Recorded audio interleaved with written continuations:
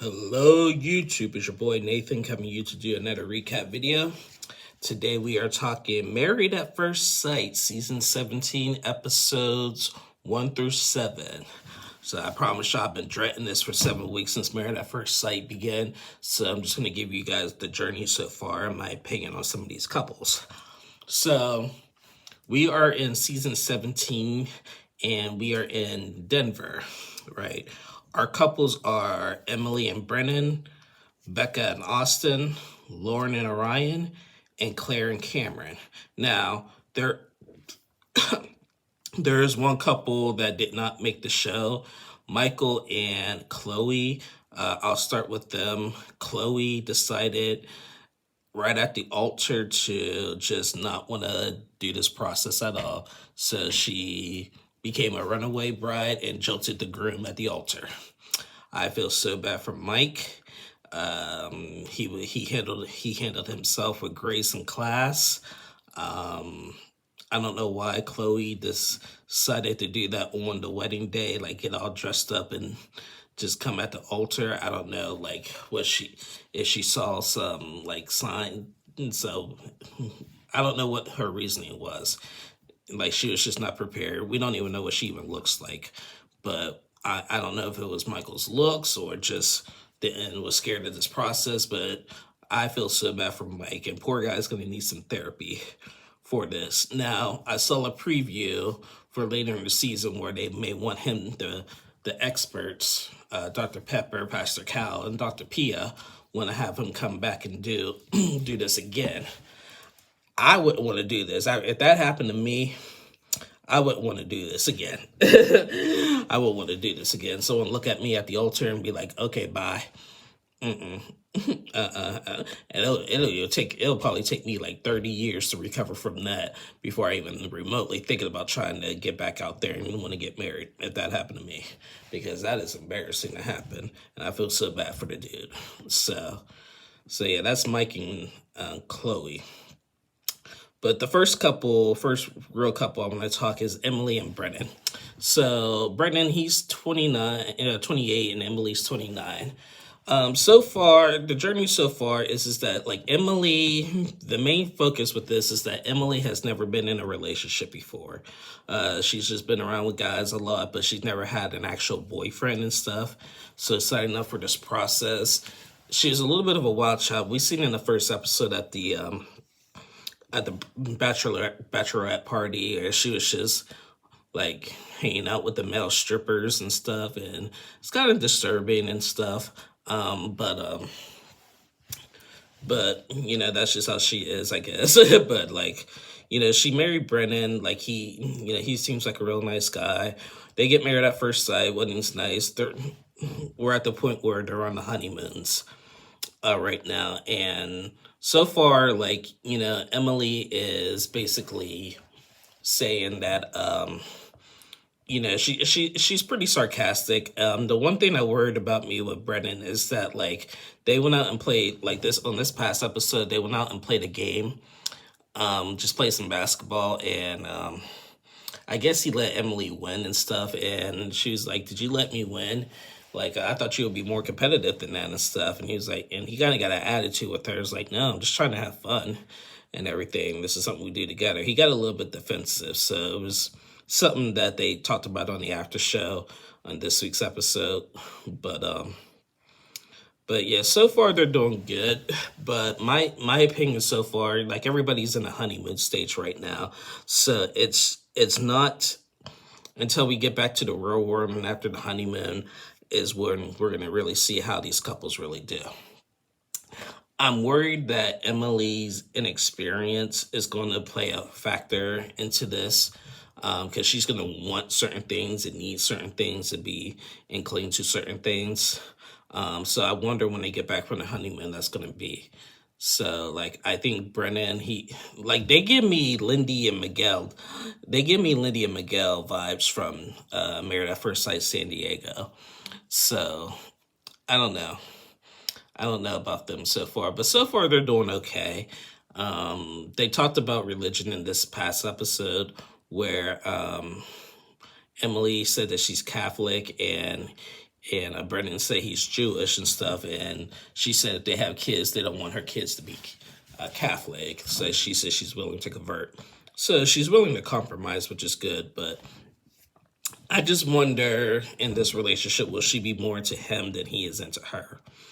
And we'll just find out throughout the rest of the season. So far, that's Emily and Brennan. Next couple I'm going to talk is Becca and Austin. Becca and Austin, so far, they're the power couple so far. I think that, Becca, she has metriosis, how do you say, metriosis or whatever, and everything. So, she said that plays a factor in their relationship. Well, not in their relationship, her life and stuff. But so far, when she got married at first sight, all she wanted to do was just, she even said it. She said, rule number one when you get married, make out with your husband. So all she was doing was just making out with them at the when they got married and stuff. And, so far they haven't had any dramatic moments. They did have a serious conversation this week, once again about religion. She mentioned that her family was Jewish, but she's now an agnostic. And Austin, he's a Christian. So that may not be an issue at the moment, but later down in the road, that may be a topic for discussion that may hinder a little bit. But, there's not much I can really say about Becca and Austin. Their honeymoon has been going really good so far. And yeah, so far they're the power couple. They're the couple to beat, in my opinion. So that's Becca and Austin. Next couple I'm going to talk is Claire and Cameron. Now, Cameron, he's originally from New Zealand. And, Claire from Denver and all that stuff. They, I don't know about them. In the beginning of the season, Claire gave me Alyssa vibes from Boston. Okay, but also Cameron also gave me some ignorant vibes too. So right after they got married and they were preparing to get on the plane to go to their honeymoon, Cameron did not want to help Claire with her bags and stuff. She asked him to help and he said no and everything. So that started some controversy there. And then, to get to the honeymoon, they had a rocky start.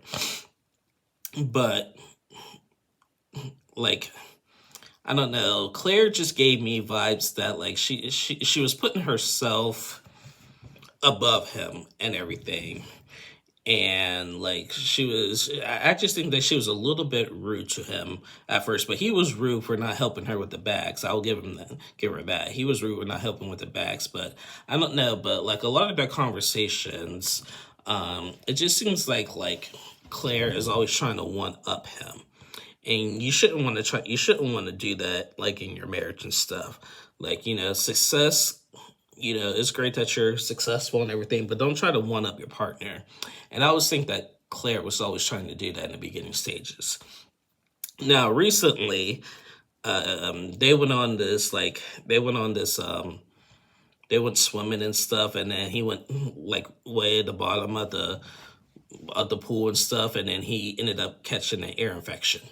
So in this past episode, he goes to a doctor and everything. They give him antibiotics and everything. She had to stay behind because she had to be at a meeting for work and stuff.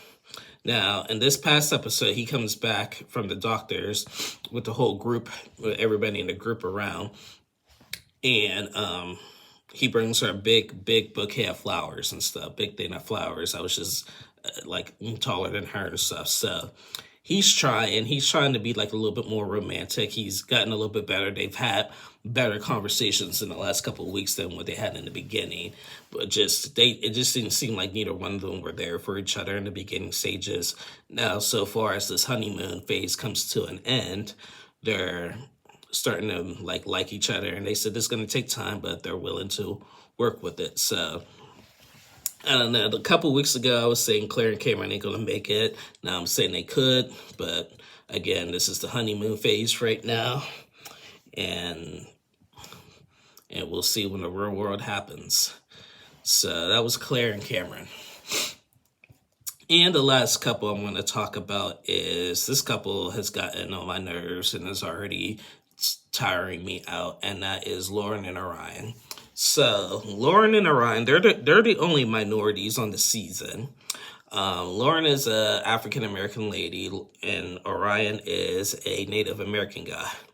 Now, when they got when we first met Lauren on the matchmaking special, she said she's never really dated anybody outside her race and stuff, and like race has been like the main topic of this marriage and stuff. So like she said she's open to dating outside her race and stuff, and then end up putting her with Orion and stuff. Now they get married at first sight. They had a good wedding and stuff. Now at the wedding, I remember Lauren's father asked Orion like what are his plans and stuff, and he was telling him his plans, and Lauren's father was like, "Okay, you say all these plans, but none of them included my daughter. You didn't say I hope her and I go do this, this, and that." And the father came on a little bit strong, but he wanted to basically challenge like Orion's words there. So Orion did clear that up. A lot of viewers were speculating that the father may be a little tough, but he did clear it up. So that's good. But he said like it's too late, y'all married. He was like, he asked him. Orion asked Lauren's father, "Do I have your blessing?" He was like, "Well, it's too late for my blessing. You're already married." So there was that. So fast forward to the honeymoon. Lauren and Ryan, they had a good start, but then they had this serious conversation where offensive comments were made. So they like to talk about their culture, with Lauren being African American and Orion being Native American. They have like a lot of cultural differences and stuff and what's offensive and not. One day they're sitting in a pool and talking about everything and get out the pool and stuff, and they were talking about race, and like Orion had asked Lauren, "Have you ever used any like derogatory things like about my culture?" Like he said like the word redskin. And she's like, "I never used the word redskin. I didn't even know what it means." And then she said this kind of ignorant. She was like, "Oh, look at your face. It's redskin." And Orion just like lost it. He had that offended him. And I thought that was rude. I thought that was 100% rude. But that hurt him so much that it's been hard for him to look past that. Now, Lauren asked him the same question, and he said that he has admitted in the past of using the N-word and stuff. And so, like, the past is the past and stuff, but, like, it's everybody is mad because he's a hypocrite because he's gotten so offended by her little redskin comment that she made to him and stuff. But that was in that moment. Whenever he probably said the N-word before was in the past. Now, I'm not excusing that because, I don't think anybody should be saying the N-word.